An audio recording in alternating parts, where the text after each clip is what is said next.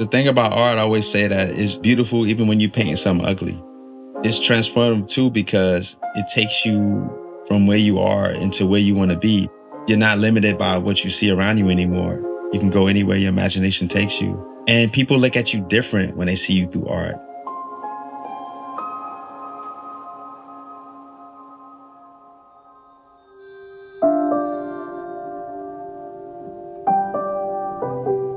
I'm Kate Tucker, and this is Hope is My Middle Name, a podcast from Consensus Digital Media. Today, I have a very special guest.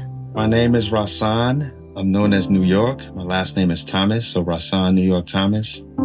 It is hard to summarize what Rahsaan does because Rahsaan does so much stuff. He's a filmmaker and a co-host and co-producer of the wildly successful podcast Ear Hustle. He's a journalist, an entrepreneur. He's also a formerly incarcerated person. When Rahsaan was 29 years old, he shot 2 men when a drug buy went bad, and one of those men died. Rahsaan's story could have ended there, with a sentence of 55 years to life. But a fateful encounter with a fellow incarcerated person set him on a new path, and a transfer to San Quentin Rehabilitation Center gave him purpose and direction. Rahsaan was released from San Quentin in 2023 after 23 years in prison. And he's dedicated his life to helping incarcerated writers and artists get their work outside prison walls through his collective Empowerment Avenue. As you'll hear, Rahsaan's story is one of redemption and transformation. And it's about the unique power of art to give hope and second chances to so many. Hello, Rahsaan. Hey, Kate, how you doing? Oh, I'm good. I'm so glad to get to talk with you. Thank you again for taking the time. Thank you. I appreciate you. Let's start with basics. Tell me some of the many, many roles and titles you hold these days. I am the executive director of Empowerment Avenue, which is a nonprofit that supports incarcerated writers and artists and now filmmakers to reach their industries and get their voice on major platforms while also earning a prevailing wage and building up their resumes and their CVs. So when they come home, they're not in a desperate situation of being homeless and jobless and no ID. They're already moving. I'm also the director and writer and producer of Friendly Signs, which next goes to Brave Makers Film Festival. I am also a producer on the podcast Ear Hustle. And I am a writer and a father. And some stuff I'm probably forgetting. All right.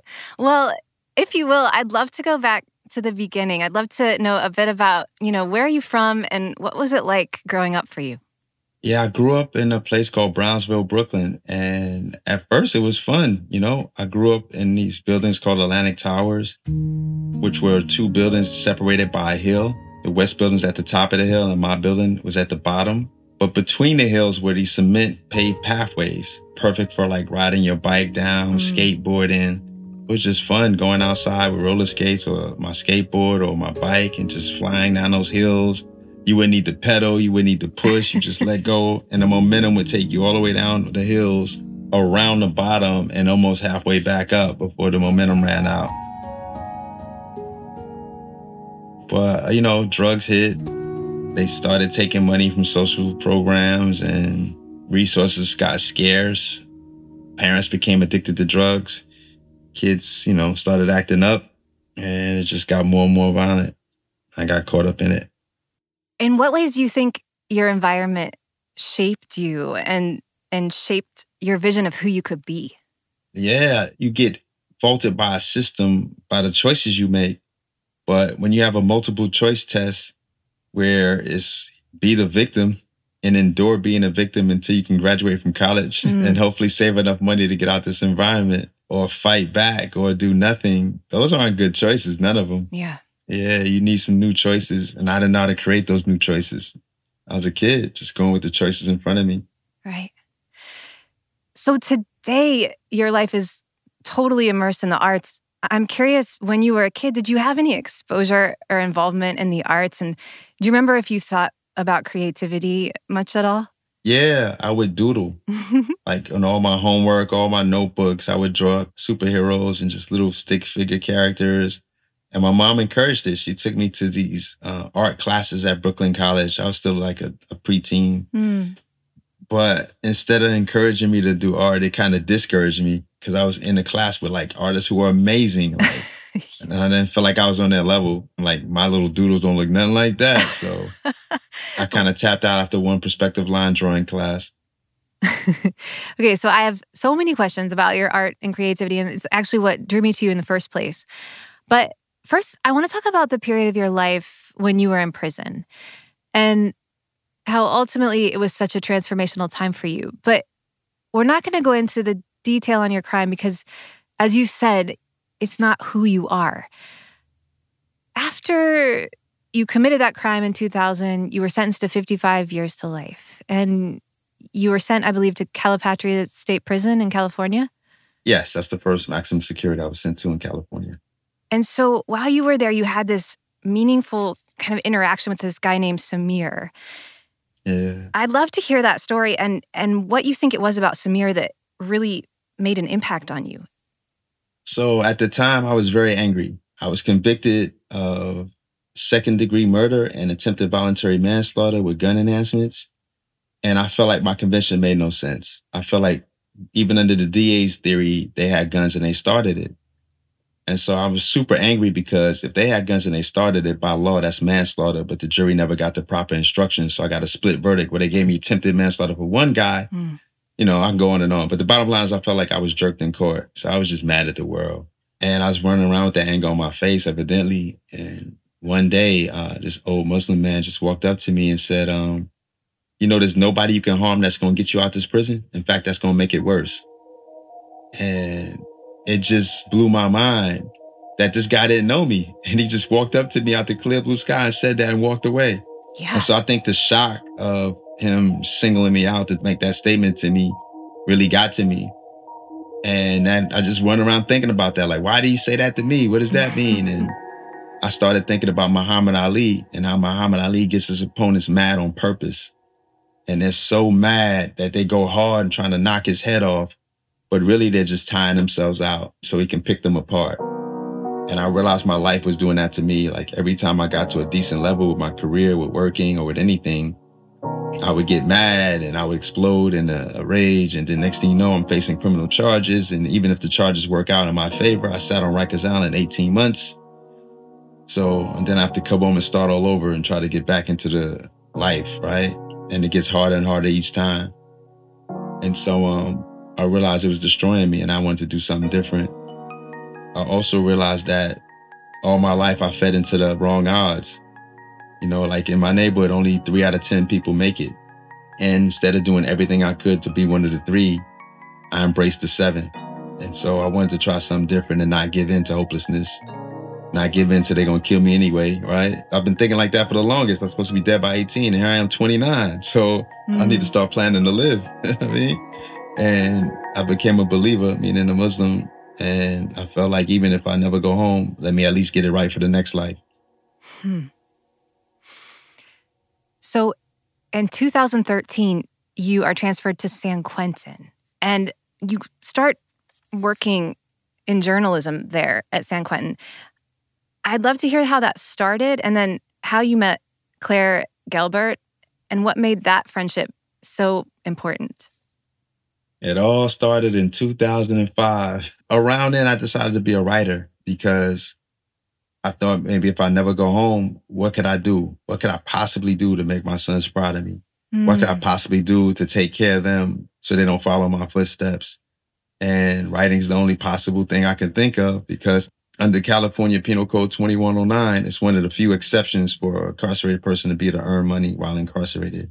Other than that, you're not allowed to have a business or career or profession that generates revenue, except art. When I got to San Quentin, I didn't even know what San Quentin was, but when I got there and found out they have everything I need to become a real writer, like to learn the craft, I was like, yo, yeah, I need to sign up for everything. And I focused on the Journalism Guild because I wanted to get in San Quentin News because they have computers. I had been writing all those years, so I arrived with like this 250,000 word manuscript. called From Guns to God. And I wanted to like edit it and, without having to type everything all over every time I changed a few things, right? Yeah. I met Claire because she was a volunteer for the Journalism Guild. And so she would come in and we just got to talking one day about, I was running a marathon and she mentioned that she wanted to run a marathon. And around that time, it was like 2017, 2018, there was a chance I might get out through commutation. My name was in the air, I was going through the process. And I felt good about my chances. So we talked about running a marathon together when we got out, the New York City Marathon. So you ran a marathon in San Quentin? Yeah, my first one I ran in San Quentin and I broke 2 records. The first time we had 13 people finish a marathon. And I have, to this day, the slowest marathon time in San Quentin State Prison history. Why are you laughing? This is an accomplishment. At 6 hours, I think 15 minutes and 21 seconds. It's an accomplishment, yeah. Yeah. It is. And it's an inspiration. Everybody said if this slow mother sucker could do it, that next year, 23 people completed the marathon. So I think I inspired 10 more people to go the distance. I love you being willing to put yourself out there like that, Rahsaan. That's great. That's really great. So then you did end up running with Claire. Tell me about that. Oh, yeah, that was dope. So first of all, she sacrificed her time for me.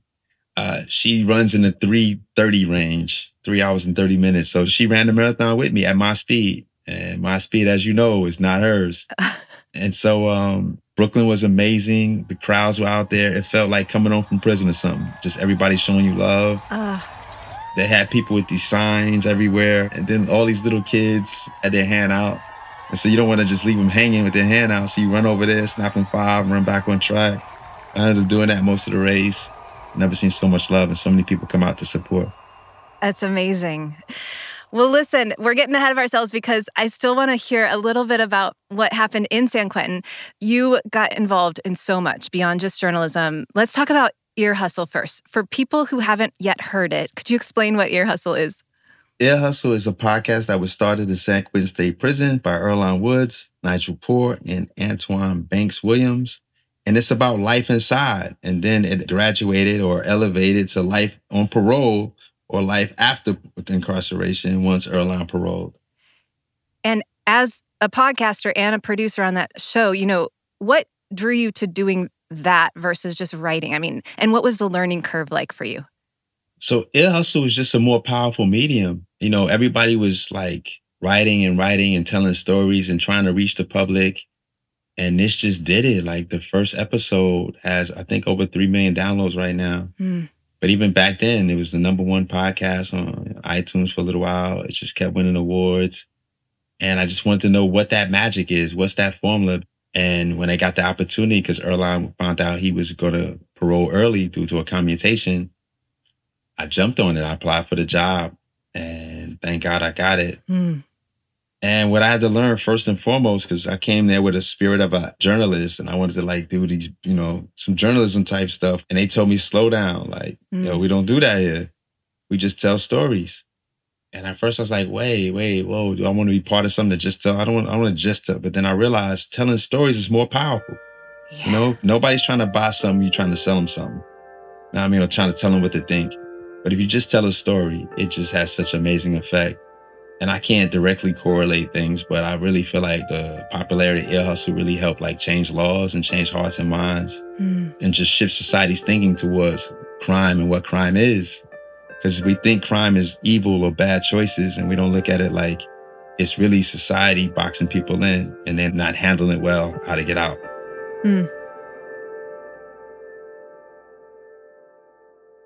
So after you start podcasting, you become a filmmaker, and one of the films you make is a documentary called Friendly Signs about Tommy Wickard, a man who's serving a 57-year sentence. He's determined to teach sign language to everyone at San Quentin. Tell me how you got started in filmmaking and what it was like for you to use your creative vision to tell someone else's story. Yeah. So filmmaking in general started because I was watching people come in, documentary filmmakers, and make some films. I was in 2 features by this time. I started feeling like, well, why don't we make our own? And so I asked the public information officer at San Quentin, could we make documentaries? He's like, yeah, you can have the same access. You just make appointments the same way they would have. I was like, all right. I started making documentaries. I started with, I think, was Losing Your Mind. And then I made Dungeon Therapy and then More Than Basketball. But Friendly Signs came about because I was a music supervisor on a documentary that I was in called 26.2 to Life. And in that process, I asked the director of 26.2 to mentor me so I can get better at my filmmaking. And she agreed. And because she was free, she was able to get a grant from the Marshall Project in Sundance, which allowed me to hire her to go shoot footage in society. The idea from Friendly Signs came about because Tommy's a friend of mine in the Thousand Mile Club. And he told me that the deaf community was coming to San Quentin. And when he told me that, I was like, yo, that's something new. That's different. Like, let me be the first one to get that scoop. And so I pitched that idea to the Marshall Project Sundance. They said yes. They loved it. They gave us the grant. And the deaf community was supposed to arrive in September. But I started following Tommy around with the camera already because this grant required us to get the film done in a year. And they didn't show up in September. They didn't show up in October, December. They didn't show up till February. And he had like dropped out of school, dropped out of groups. He like cleared his life out to dedicate it to serving the deaf community. And he kept warning everyone, like, we need to start the sign language class now. It doesn't matter if they're here or not. Yeah. People need to be speaking sign language by the time these guys arrive so they won't feel like they're in a foreign country. And sure enough, he was right. They came in February. March, we got locked down for the COVID crisis. In June, we had a COVID outbreak so bad that basically they went to a skeleton staff and no interpreters can come into prison for like, I think 2 weeks or more. And so during this period, the deaf community, so a couple of them got infected, sent to the hole. There's no communication. They don't know what's going on. And you're getting information by listening out to the PA, yelling, you know, showers are going to be at this time, yard at this time, phone calls, 2 at a time, stuff like that. And they couldn't hear anything. And there was no one around to interpret. So it was a horrible time for them. But things are much better now. And they're really just thriving now at San Quentin. So when did you finish the film? So the pandemic interrupted it, but we got it done still, June 2022. And I came home February 2023, just in time. It went to its first film festival, the San Francisco Doc Fest, in June. It premiered. I got to see it on the big screen and experience that, which was amazing because there's this scene I envisioned when I was incarcerated where the deaf people arrive on the yard and we just drop the sound. Just drop the sound and do a POV shot of them just walking on the yard and what the yard looks like to them and what the experience is like to them with no sound. Yeah. Just seeing people's faces. But the seat of how it lands in a movie theater when the sound drops, like you feel it and you feel the audience feel it. Like you really get it. Like what's it like to be deaf for a few seconds? So across all the mediums, you know, you talk about doodling superheroes and then you are a music supervisor on some documentaries and you've been published countless times and you podcast. What is your favorite thing? Film. Because it embodies everything. It embodies the writing. You gotta write the script. It embodies sound. It just takes everything and puts it together. And also, film is more social because I can write on my own. I could potentially podcast on my own, but you cannot make a film on your own. Oh, no. I mean, it just takes a village. I've shot things on my own, and I realized, like, one time I'm so busy with sound and doing an interview, I forgot to turn on the camera. Yeah. It's just too much to manage as one person, like trying to be sound, lighting, interviewer, and camera. Yeah. It takes a village, so you have to be social. You have to, you know, get out your bubble. Yeah. So beyond just actually creating your own work, you also, while at San Quentin, became a curator of other artists' work. Tell me, you know, how that came to be and what you did on behalf of those other artists. Like, how did that all come together? I had admired a lot of artists at San Quentin. I admired their work. In fact, Antoine Banks Williams, I bought 2 paintings from him while we were incarcerated. One for my mom for her birthday, but one for me because I believe that he's going to blow up as an artist one day. And I felt like I can get it now at this low, low price, but then this is my retirement plan. This is going to be the Picasso out of my future. And so I just really believed in these guys' art. And at the same time, I felt like they didn't believe in themselves. Because even Banks were like, I'll do it for free. I'm like, no, you're not doing it for free. I'm paying you. And so I always felt like these guys deserve more. And so when the opportunity came to be part of giving them more, I jumped on it. And that opportunity came through the mail. A lady named Jo Crowder approached me through the mail. She asked, do I know anybody who's a Black organizer that wants to be part of working with a Jewish woman to form an art event that's going to have women dancing in the air dedicated to stopping mass incarceration by uniting Black and Jewish people for that purpose. And I'm like, what? Heck yeah. Stop mass incarceration. People dancing in the air. Right. I'm in. At the time, I didn't even know that it was a curator role. I just thought like, this is a dope opportunity to get people's art out into this exhibit. And so I gathered up art of people I thought was really had talent, art I admired. I wasn't coming from no professional museum point of view. It was just what I thought was beautiful, what I thought was powerful. So I gathered up a bunch of art like that. And then as we got close, thank God I did. I sent it out early. I'm always trying to get things done early so it can't be late. And then the prison goes on lockdown for COVID. I'm like, but all the art was out. So I was like, thank God. And then as we got closer to the event, thank God it was an online event anyway. And they started asking me to write a curator statement. And at this point, I realized I had became a curator and didn't know it. They asked me to pick a title for the show. Just all this stuff. I was like, wow, all right. And then instead of advocating for more money for myself, I advocated for each person to participate in this event to get, I think it was $400 each or something. I forgot what it was. But to get paid just to participate in it. And then we had an auction afterwards and we were able to sell 8 of the paintings. But the beautiful part was that it was covered by 26 different articles. And it was the most pressed MOAD, the Museum of African Diaspora, whatever you say that fancy word. It was the most press they got for any exhibit they ever did. And so I was really proud. It was called Painting for Justice, Meet Us With Your Mercy. It was just amazing. It was amazing. Wow. So, I mean, that's a huge job. That's like a full-time job in the art world. Were there any moments where you were like, what am I doing? Or like, how do I do this? Or were you just, so in it that it just came to you? I didn't know I was a curator. Had I known that, I probably would have been intimidated. Like, I've never curated anything. What do you mean? But I was just trying to get these guys' art connected to this museum so it can be in this exhibit, so they can be seen, so they can be valued.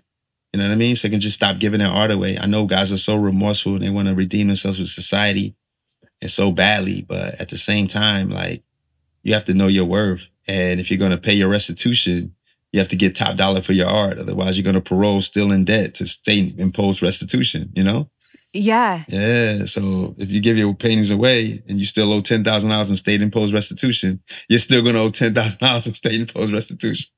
So it didn't even occur to me that I was a curator until it came around to writing a statement for it. And the statement, I just wrote from my heart. It wasn't even hard, but it ended up being one of my favorite writings.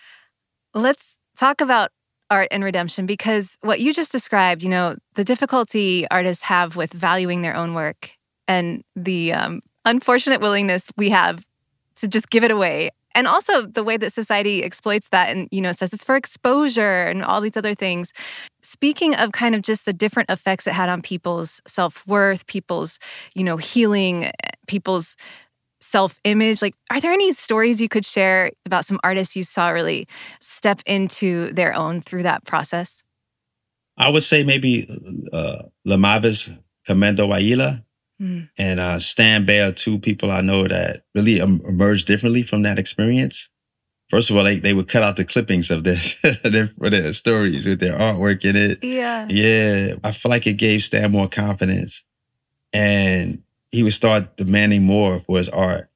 And Lamavis went to another level. He actually was the brainchild behind a nonprofit called Artwork Initiative, which seeks to create a pipeline for artists that parole to jobs in the art industry. And I think the confidence, like, to do these kind of things just came from the success of that event. I'm curious, what is it that you think is so transformative about art, maybe for you and for those you observed, who were creating things around you in prison?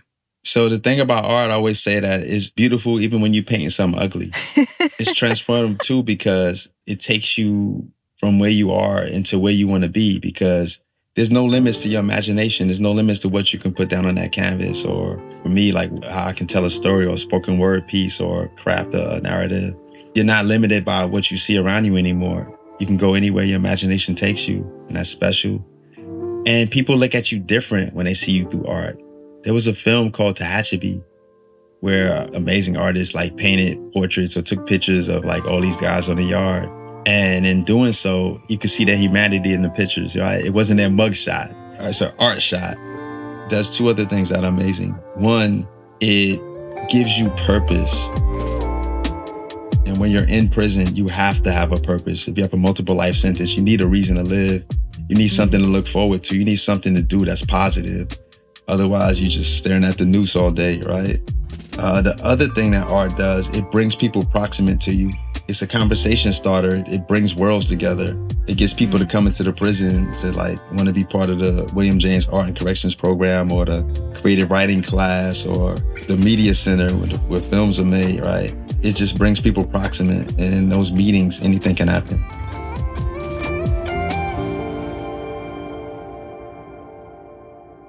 Okay, well, while you are there and you're having this incredibly like expansive experience developing as an artist and curator, and then you decide to start Empowerment Avenue. What was the kind of aha moment for you when you really realized this is what we need? And what was your initial vision for it? It started by just noticing there was a renaissance happening around me. We were getting published in outside magazines. And that was important to me because I don't want to just preach to the choir. I want to reach new audience and get these messages out about like how to stop crime, right? How to change, shift our dynamics or just entertain, period. And seeing that, I noticed that one writer was getting published more than everybody else. And that was Emile de Weaver. And part of that is because he's one of the best. Like he's that good, like he's better. But at the same time, he also had an advantage. He had met an editor who supported his career. She would take his work, give him feedback, email it to publishers that we couldn't do. And I was like, yo, that's the edge. And so I said, what if everybody has somebody like that? And so I started writing this grant proposal that would like hire an army of people to like volunteer and be like the lady Camille was for Emile. So I had this whole vision, but who's going to file this grant? Who's going to actually do all this stuff? We had a breast cancer walk and a lady named Emily Nanko came in for the breast cancer walk. And a friend of mine's named Eddie said like, yo, there's this lady from Brooklyn on the yard. You got to meet her. And he's not knowing she's a writer or what I'm trying to do. He just knows she lives in Brooklyn and I'm from Brooklyn and I should go meet her. And I found out that she's a journalist and she's really also here to cover a story about San Quentin News. And in the course of covering the story, she discovered the talent here and she already had on her heart that, I want to help you guys get to bigger platforms. Because she's a freelance writer. She's been in the Wall Street Journal, all kinds of stuff. And so I was like, yo, you want to help us get to bigger platforms? Boy, do I got a plan. And so let me send you this grant proposal. But they end up never filing it. COVID hit. And we decided to launch a pilot program with Empowerment Avenue in June. And so when she did a call out for volunteers, all these writers were home because of COVID. All these organizations were missing out on the hottest story on COVID of the year because they couldn't get into prisons. We had over 100 volunteers volunteer on the first call out. Wow. She would pair the volunteers directly with writers. I got paired with an amazing lady named Adrienne Griffin, who's a contributing writer for Esquire magazine. Somebody else I know got paired with somebody from the Atlantic. So it's like we got paired for the writers that like really had some chops. Yeah. And it made the difference. I went from getting 8 stories published in 7 years and making $300 to publishing 42 stories in 31 months and paroling with 100,000. And bylines hit as far as the Boston Globe, Business Insider, NBC Universal Academy, High Country News, all kinds of Outside Magazine, all kinds of stuff. It was a blessing. So I basically created a program because I needed it. Yeah. I needed a way to get past the choir. I needed a way to make an income so I can start being like, I think I was a 40-something-year-old man at that point, 48, asking my mommy to send me packages, And when my sons now they're grown, when they need something for college, they got to go to their grandma and grandpa. They can't come to me because I can't help them. And so that changed with Empowerment Avenue. What do you think all of this creative work you've been involved in has done for you emotionally, mentally, spiritually?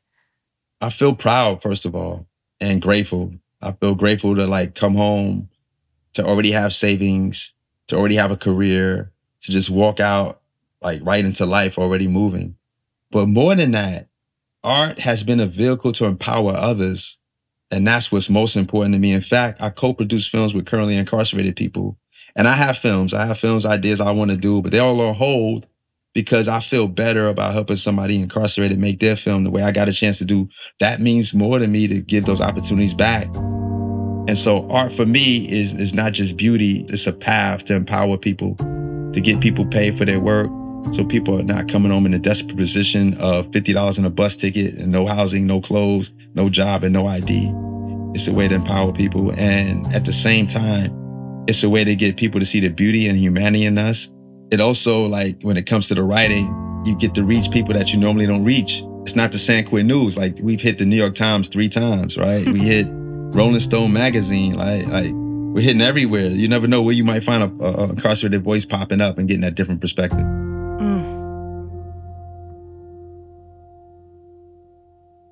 How do you think your art and your creative work contributed to your sentence being commuted? 1,000%, because number one, it created a public will for my release.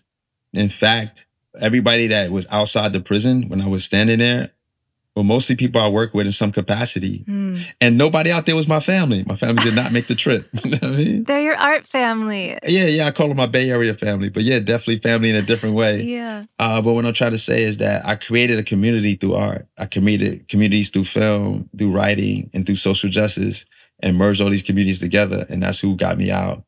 But also, like, by writing and being so public, it was a way for the governor to see if the public wanted me back or not. Because if there were a lot of negative comments, like, keep him in, like, look at this writer, who is this, you know? Then it was signal to the governor that, yo, this guy, man, the public don't like him. And if I let him out, it's going to affect my voting. You know what I mean? My voters. Oh, I never thought of it like that. Yeah, the voters like, this guy's cool, governor. Why is he still there? He changed. We all see it. Don't you see it? And so a lot of people change in prison, but their change is in public. It isn't visible.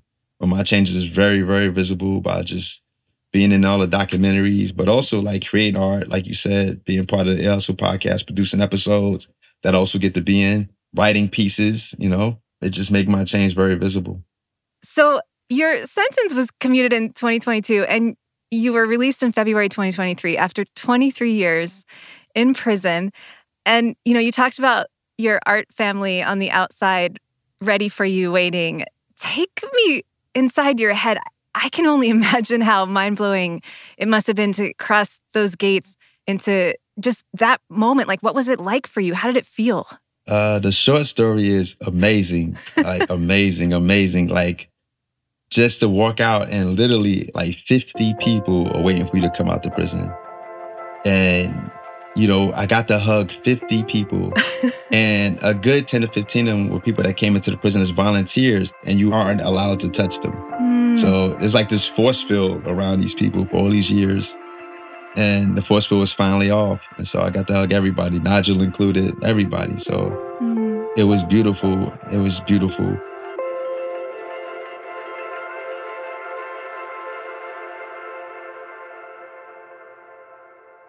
Were you able to stay present in the moment? I mean, when you were hugging Nigel Poor, your co-host on Ear Hustle, it must have just felt so surreal. I mean, it's hard enough to hug 50 people. I mean, it's amazing, but also hard to stay present. But, like, how did it feel? It felt like a hugathon. So I felt amazing. Like, these were people that I love, care about, hadn't seen in a while, couldn't hug before, and now here I am. It is legal to hug them all. Right? Yeah. I guess the best way to describe it, I thought there would be nowhere else you might feel this feeling before. I've never felt so much love. It's like the opposite of a funeral. Everybody there, instead of to cry for you, to show you love. Everybody should have that feeling. Everybody should see that many people care about them. You know what I mean? Yeah. That many people in their corner. It's also pressure. I can't go back to crime now. All these people count on me. That's so great. Was Claire there that day? She didn't even know I was getting out that day. Oh my gosh. We got back in touch.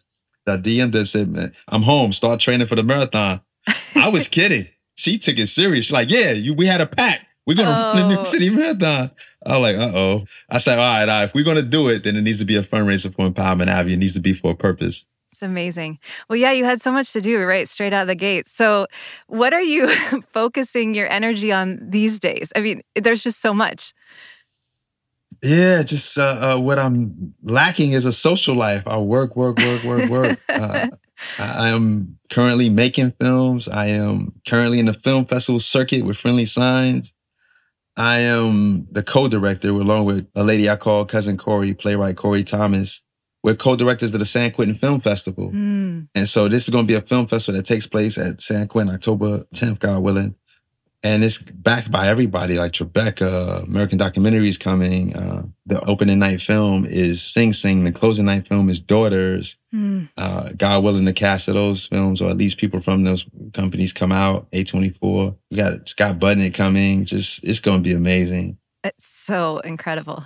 Ugh. Yeah, and it's inside a state prison. You know, in order to qualify for the shorts narrative or shorts documentary, you have to be currently or formerly incarcerated. We do this stuff with shoestring budgets. So I'm always thinking about like, what could I do if I had a budget? So I hear you're also working on a book, and part of that book is using stories to talk about the power of connection and inclusion. Tell me what you've learned about building community and why you know it's so important. Exclusion is such a powerful force for negativity, and inclusion is such a powerful force for positivity. And so I preach that it's very important to include people in everything, every way, as much as possible. Just have an inclusive society. Because the main reason why people join gangs and get the F the world tattooed on their face is because they don't feel like they have a place in society. Mm. Either they feel rejected or they feel like their family members or their loved ones are rejected. And so they decide to join up with this other thing. And we call ourselves the United States, but how can we be united if we exclude each other and treat each other like that? And so I'm really big on it, really, really big on it. In some way, I feel like when Samir kind of called you out or said what he said to you, it was in a way him saying, I see you. And that is kind of this first step in inclusion. Were you able to do that for other people? Or do you have, recollections where you kind of stepped into the role of Samir and were able to bring somebody in? That's a deep question because I'm always trying. I tell you that. I'm definitely always trying. There was definitely a young person that came through the Squires program. And the Squires program is a program that brings in cats from the inner city, young kids, like I forgot the age range, but maybe 10 to 21 or something. And they come toward the prison, but they also sit down and hear our stories. And then we hear their stories. And our stories, we take 3 minutes to tell them. Mm. It's just while we're in prison, but like not the gangster glory way. The shame that caused me to commit this crime, or you know what I mean? Yeah. And in telling that, they hear themselves in us because a lot of them are on the same paths and they make connections that they never made before. They start to understand. And just in that instant, just that fast, in 3 minutes, they start to understand. And this one kid, and he talked about like having a weapon and doing different things. And I was telling him how that gun is going to destroy you.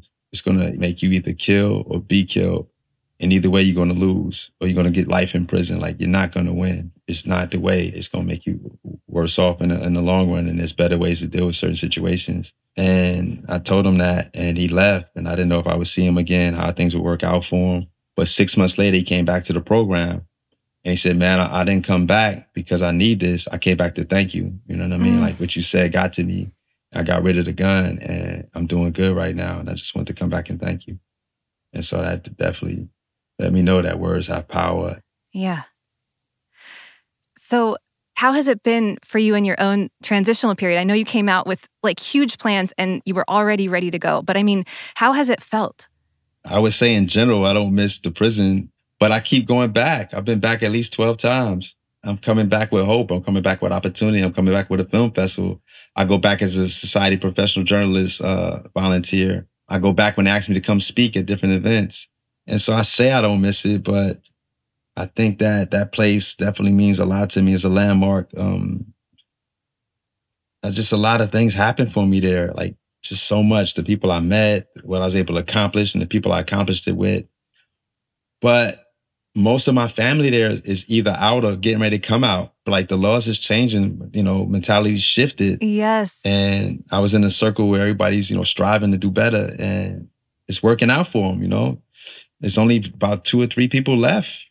I think it was like 15 of us I thought we're never going home. And now there's only 2 or 3 left, and they're all in the board process. Uh, So that they'll be home soon enough too, So San Quentin's looking strange to me. So now I'm helping strangers get opportunities that I was blessed to have on a whole nother level. that's so amazing. And it strikes me that it would take a lot of courage to do that. And it's just really powerful that you're showing up like that. What are some of the little joys you've experienced in the past year getting out? I mean, did you get to eat all the food you had on your bucket list? Like, what's still there that you got to do? That's a great question. Go to an NBA Finals game. Yes. I need to see the NBA Finals game. I see that in your future. Maybe. I'm able to get tickets here and there, but finals is going to get tight. I've never been to one, so my teams have to make it. The teams I have influence have to go to the finals. So okay, we're putting it out there. We're putting it out there. I want to leave the country. I haven't done that yet. I want to go someplace where you can see the fish in the water.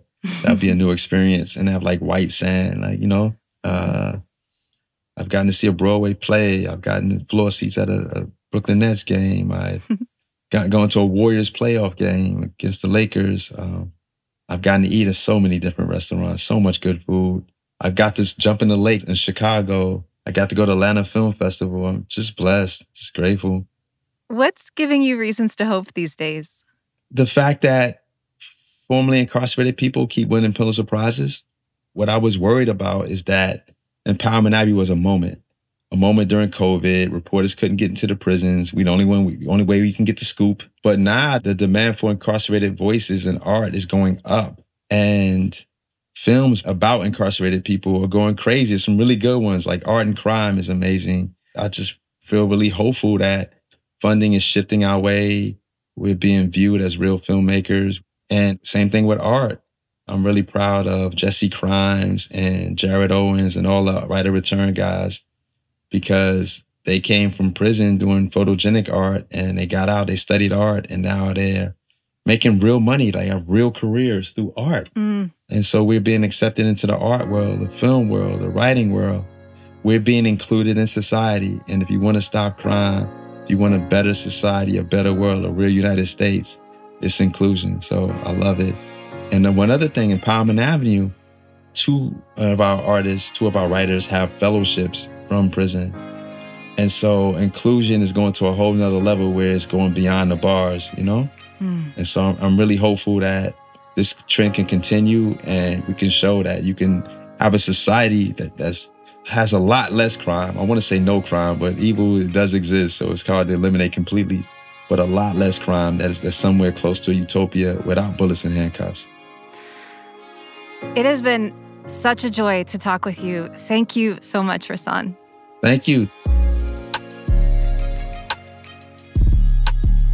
Thank you so much to Rahsaan New York Thomas for sharing his transformative story about the redemptive power and beauty of creativity. We have got a ton of links and more about Rahsaan and his work with Empowerment Avenue in the show notes at hopeismymiddlename.com. Hope is My Middle Name is hosted and executive produced by me, Kate Tucker. You can find me on YouTube and on Instagram at Kate Tucker Music. And if there's someone you know who belongs on this show, send me a message. Hope is My Middle Name can be found on Apple Podcasts, Spotify, YouTube, or wherever you listen. It would mean so much to us if you would leave a 5-star rating and a glowing review. And if you're still listening, please copy the link to this episode and text it to a friend. That actually makes a huge difference in helping us reach more people with more hope. Hope is My Middle Name is a podcast produced by Consensus Digital Media in association with Reasonable Volume. This podcast was produced by Christine Fennessy with editing from Rachel Swaby. Our production coordinator is Priscilla Verlin. Sound design and engineering by Mark Bush. Music by the fantastic artists at Epidemic Sound, Soundstripe, and me. Big thanks to Connor Gaughan, our publisher and fearless leader at Consensus Digital Media. And thank you so much for listening. We'll see you next time.